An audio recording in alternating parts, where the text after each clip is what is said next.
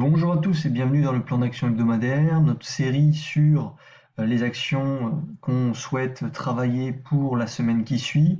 On va regarder les actions qu'on a travaillées la semaine passée, la semaine d'avant, quels étaient les plans qui étaient en cours pour la semaine précédente, quels seront également les plans pour la semaine prochaine. Donc on va faire un bilan de tout ça et vous donner quelques plans pour la semaine qui suit. Avant de partir sur les graphiques, comme d'habitude, laissez un petit pouce bleu, ça fait toujours plaisir, un petit commentaire si vous avez des questions. N'oubliez pas de vous abonner, vous êtes nombreux à ne pas être abonnés, donc abonnez-vous pour ne rien manquer. Je m'excuse pour la qualité du son et on est sur un petit PC parce que je suis en déplacement, mais ça suffira quand même pour faire le plan d'action hebdomadaire. Donc AUB, c'était un plan il y a de ça 2 semaines, si je ne m'abuse, qui avait été déclenché sur cette journée-là du 15 janvier. Achat théorique à 40 euros, stop loss à 38,80. Vous voyez que le stop a été frôlé, mais a été respecté. Et donc, on a eu une accélération et vous êtes normalement gagnant sur le titre. Vous mettez au moins flat. On ne doit rien perdre sur cet actif-là. Et on va essayer de surfer sur une tendance. Alors, soit vous avez déjà pris vos profits, et disons que vous avez pris un écart assez rapide, ou alors on essaye de surfer sur une potentielle tendance, et là vous mettez flat. Donc un joli trade qui est en cours et qui se passe bien sur OB. Un autre trade qui s'est déclenché cette semaine, EXN, donc Exclusive Networks, achat théorique à 19,10, stop loss à 18,60, donc déclenché, mais vous voyez qu'on est parfaitement sur les 19,10 euros, donc le titre est sur notre point d'entrée. Pour le moment, vous mettez un stop loss à 18,60 et on va voir si la tendance peut commencer sur le titre. On voit qu'on est en train de compresser à nouveau, donc ça c'est pas impossible qu'elle continue son ascension et qu'elle commence son ascension dans les prochains jours. Donc EXN, nous sommes en position. Et puis, fin de semaine, OCI a déclenché le setup de la semaine passée, achat à 25,69, stop loss à 24,95. Alors j'aime pas quand ça se déroule comme ça en fin de semaine, mais bon, le trade est déclenché, on va voir si ça va pousser un petit peu en direction des 28 euros. Donc ça, c'est les 3 titres qu'on a en portefeuille et que normalement vous avez, si vous avez suivi les plans. Vous avez également parlé de quelques actifs du style Metavisio qui était en train de compresser mais qui a cassé par le bas et qui n'a pas fait de setup de compression, donc pas de prise de position sur le titre. C'est dommage, on est là sur l'actif le plus volatile sur le marché européen, un des actifs les plus volatiles et les plus en tendance. Malheureusement, ça a cassé par le bas, signe que les vendeurs sont majoritaires. On oublie le plan. Vous avez également présenté HLP qui a échoué, donc voilà, et SYRE qui a fonctionné.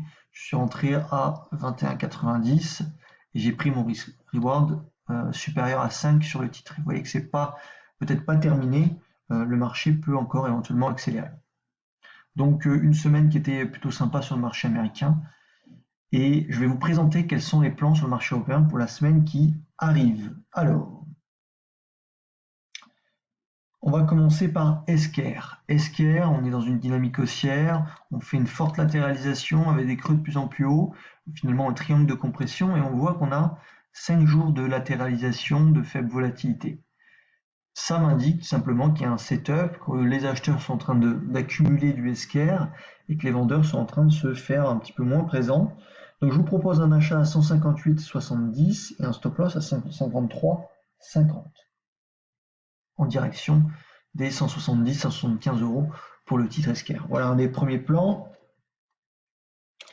Deuxième plan, ça va être Virbac, grosse accélération, correction assez profonde et on voit qu'on fait une latéralisation de 5 jours à faible volatilité. Alors là, celui-là, ça va être un petit peu mitigé, mais je vous propose quand même un achat à 342 avec un stop loss à 333,50. Il est probable qu'on casse par le haut et que ça lance et que ça continue la tendance qui est en cours, ou alors que carrément on est en train de distribuer et que finalement cette latéralisation, cette faible volatilité est le prémisse d'une dynamique baissière. On verra, tout dépend le relais acheteur ou vendeur qu'il va y avoir peut-être lundi.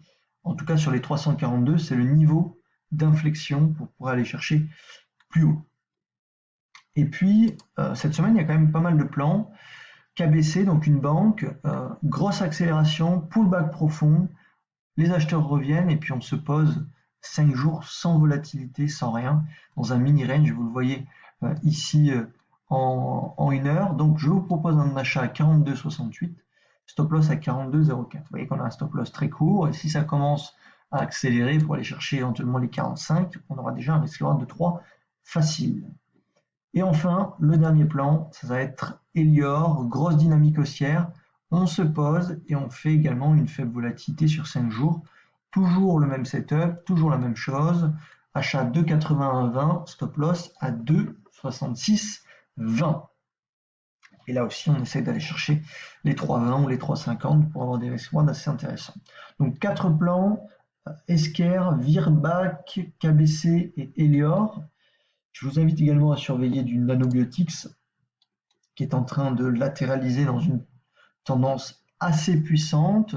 C'est pas encore suffisamment peu volatile pour avoir un scénario assez clair, mais dans les prochains jours, lundi, mardi, si la volatilité se calme, on pourra envisager de prendre une position mi-semaine prochaine.